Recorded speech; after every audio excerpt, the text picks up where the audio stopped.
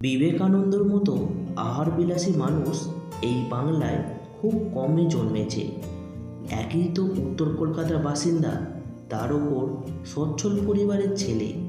পোলাও মাংসের পাশাপাশি বিভিন্ন রকমের মিষ্টান্নও ছিল দত্ত পরিবারের প্রধান আহার্য।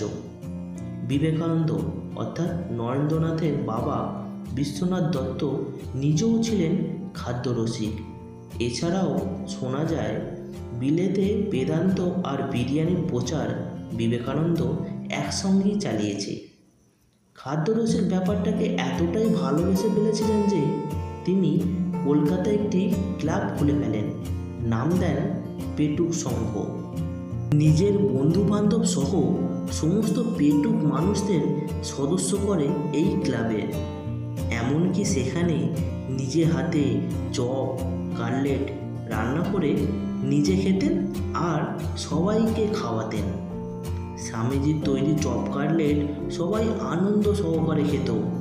এই খাবার আস্তে আস্তে ছড়িয়ে পড়ে কলকাতার অলিগলিতে। লোকজন বলতে শুরু করে, শুনলাম নরেন এই পেটুক সংঘ ক্লাবে আলু বেসন চটকে কী সব রান্না করে। গ্রামের সব পেটুকরা নাকি ওই ক্লাবে নরেনের হাতে খাবার খেতে যায়। হ্যাঁ হ্যাঁ, আমিও শুনলাম বটে। চলো তাহলে আমরাও একদিন গিয়ে দেখে আসি নরেন কী রান্না করে বটে। স্বামীজি রোজগারের মতো সেদিনও সবার জন্য চপ কাটলেট করেছিলেন। নতুন দুজন লোককে দেখায় তাদেরকেও অগ্রাহ্য করেননি তিনি। থালা ভরা চপ কাটলেট রেখে দেন তাদের সামনে। যে চপ কাটলেট খেয়ে তারা এতই খুশি হন যে ওই ক্লাবের সদস্য হওয়ার জন্য স্বামীজিকে অনুরোধ করেন। তারপর আর কি, রোজ স্বামীজির হাতে চপ কাটলেট খেয়ে তারা মহা আনন্দিত। ঝাল জিনিসটা স্বামীজি খুব পছন্দ করতেন। তিনি বলতেন, লঙ্কা হলো আমার বন্ধু ও মিত্র। তাই নিজের তৈরি সমস্ত জিনিসেই বেশি করে ঝাল দিতেন তিনি। একবার তো একজন লোক স্বামীজিকে বলেই বসেন, নরেন, তুমি যতই ভালো রান্না করতে পারো না কেন, ঝাল খাওয়াই কিন্তু তোমার থেকে আমি সেরা। এই কথা শুনে তার সাথে লঙ্কা খাওয়া কম্পিটিশান জুড়ে দেন স্বামীজি। পকেটে ছিল তখন 3 টাকা। না না, এখনকার 3 টাকা নয়, 1896 সালে 3 টাকা। স্বামীজি ক্লাবের একজন সদস্যের হাতে গিয়ে দিয়ে বলেন, যত 3 টাকায় যতটা লঙ্কা হয় নিয়ে আয়। এখনকার সময় 3 টাকায় বেশি লঙ্কা না পেলেও তখনকার সময় 3 টাকা লঙ্কা হয়েছিল 1 ঝুড়ি। তারপর শুরু হয়ে যায় কম্পিটিশান। দুজনেই একসাথে অনেকগুলো করে লঙ্কা মুখে পুরতে থাকে। কিছুক্ষণ যেতে স্বামীজিকে চ্যালেঞ্জ করার লোকটার অবস্থা খুব খারাপ হতে থাকে। সে বুঝতে পারে স্বামীজিকে চ্যালেঞ্জ করে তিনি বড় ভুল করে ফেলেছে। স্বামীজি কিন্তু তখন পুরোপুরি স্বাভাবিক। শেষে ওখান থেকে ছুটে পালায় লোকটা। ক্লাবের বাকি সদস্য আর স্বামীজি হো হো করে হাসতে থাকে। বিবেকানন্দের এই সকলকে খাওয়ানোর অভ্যাস এই পেটুক সংঘ ক্লাবের মধ্যেই সীমাবদ্ধ থাকেনি। তিনি তার শিষ্যদেরও মন ভরে খাওয়াতেন।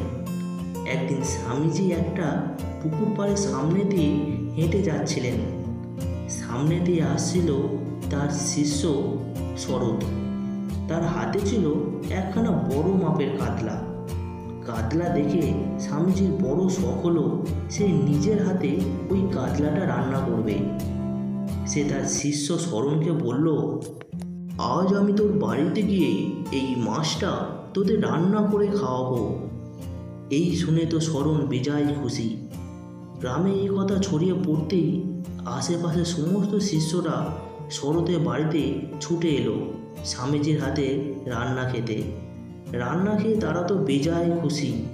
একজন তো বলেই বসলো, এমন মশলার স্বাদ আমি পুরো জীবনে কখনো পাইনি। আহ! কচুরি আর ফুলের প্রতি ভীষণ টান ছিল স্বামীজির।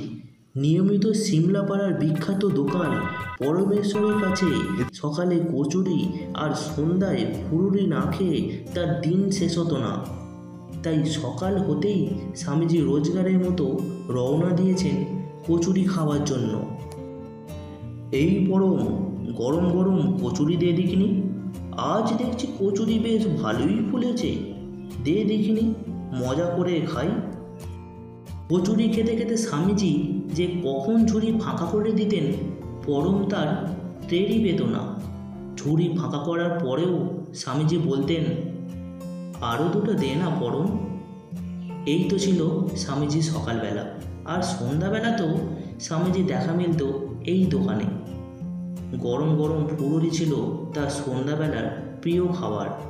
ফুলুরি খেতে খেতে স্বামীজি বলেন, পরম দেখিস 100 বছর পর ভারতবর্ষে মোড়ে মোড়ে চপের দোকান হবে। তখনকার স্বামীজির কথা পরমের কাছে হাস্যকর মনে হলেও আজ সেটা বাস্তবে পরিণত হয়েছে, আর সেটা সাক্ষী আমরা সকলে। আমার গল্পটি আপনাদের কেমন লাগলো অবশ্যই কমেন্টে জানাবেন। আর এই ধরনের গল্প শোনার জন্য অবশ্যই চ্যানেলটিকে সাবস্ক্রাইব করবেন। নমস্কার।